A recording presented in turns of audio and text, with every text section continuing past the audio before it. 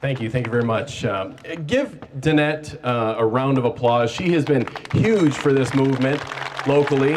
All the helpers that are working with her and making sure that these events happen, please make sure you come up and tell her how much you've appreciated her efforts. It continues to be a movement that's moving the United States in the direction, hopefully, for more freedom and liberty in our lifetimes. I can tell you today, we stand at the moment.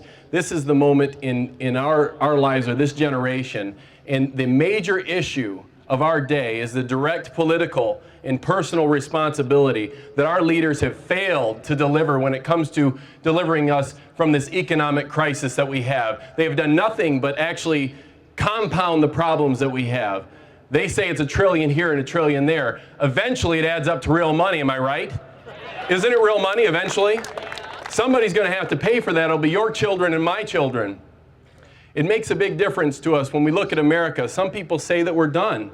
Some people say the United States actually has seen its better days, that we're past that. Does anybody here subscribe to that? Or who here says the United States is still the major power in the world, the major giver, that we still are continuing to build prosperity around the world, and that we are the beacon for freedom and liberty and truth and honesty, that this is the United States that I love. This is the United States that you love. And it makes a huge difference when we look at the United States from the view of those people who say that we're done, that we're like the Greeks and the Romans. Because that's what they're telling us. They're telling us that the New World Order is here, that our dollar will be gone, that our country is ending. I'll tell you right now, anybody that has that view has no business in leadership in this country. They don't have any business there. There isn't any spot for that way of thinking.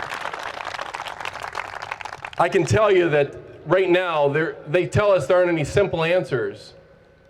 These are all complex problems, and you folks don't understand. They say there aren't any simple answers. I can tell you there are simple answers. There's simple answers. They're not easy, but they are simple. The simple answer is to stop the spending, stop the taxing, stop the regulating, and get out of our business. Return to the Constitution of the United States of America. That's what it's about. It is simple. It's not easy, but it's simple.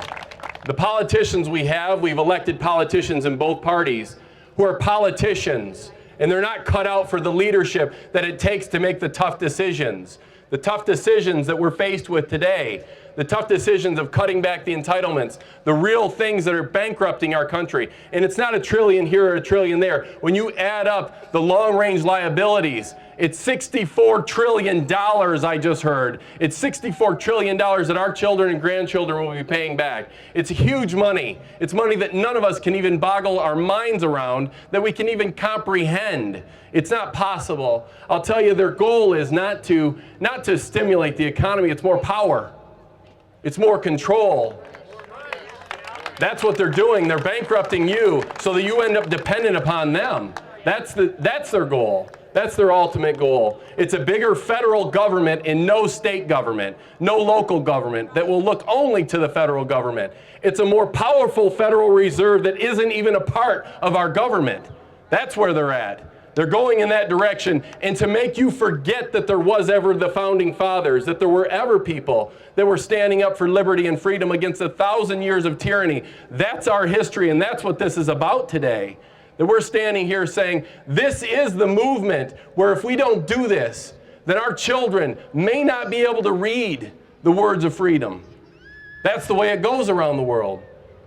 The Soviet Union, the communists, all the communist Chinese, they strip away the freedom from people to even read about freedom. The American experiment is 233 years old of self-government. It's because people sacrifice not just their Sunday afternoons or their days, they sacrifice their lives. They sacrifice their entire full measure, and that's what it will take to preserve our freedom. I come to you today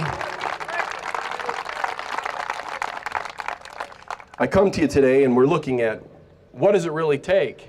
I can tell you that I'm fully committed, that every fiber in my being is just quivering with the idea that if we don't move today and we're not committed to it, that really the end of the dollar, the end of our country, the end of the history of the pioneers, of the American Revolution, all of that is very unique in human history. This is the one spot in the world where there is freedom. And when this is gone, it may be gone for 1,000 years. And I'm not prepared to say that America is gone. I know that you aren't either. This is not the end. So I come to you from my heart. And the reason that I stand here is that my children and grandchildren will someday look back and say, where did freedom end? And I don't want it to be on my watch. Do you want it to be on your watch? No, we don't want that. We want freedom, we want liberty for those generations that come after us, for prosperity and opportunity to be greater for them than it is for us, not less. So I come before you today and I'm just asking you to stand with me together here and tell us that we're not going to give up, that we'll pour out our last full measure of devotion, as a great president once said of the fallen soldiers, that we'll pour out everything to make sure that we preserved it. And if we don't do that, then we'll see the pages of history go in a different direction. And we'll see the destruction of the American dream. And I love America. I love it. I love everything about it. I love the fact that there's the opportunity here to live and prosper. There isn't anything about the dream that I would change. But right now we face an enemy from within that's greater than any that we face from outside. We have a group of people inside this nation that have no idea what they're giving up. It's the great American majority that's asleep, that's not here. And I'm asking you to go out from here and wake them up, to move forward and wake them up, to continue to tell people we have to move, we have to continue, we have to fight on. And today, if we do that, if we all commit together to do that, to making sure that, hey, this is a movement that doesn't die and it continues to build, that the next election cycle, we'll see a change. And we'll see it moving back towards liberty and freedom, back towards opportunity and prosperity. And that's what the American dream is about. So right now, we have to commit that we won't stop, that we won't quit, that the sun will not go down on the American dream, that our hearts and desires together, that we will not go quietly into the night. And today, maybe for the first time standing together, that we can truly and honestly say that we are celebrating our Independence Day. God bless you and thank you very much.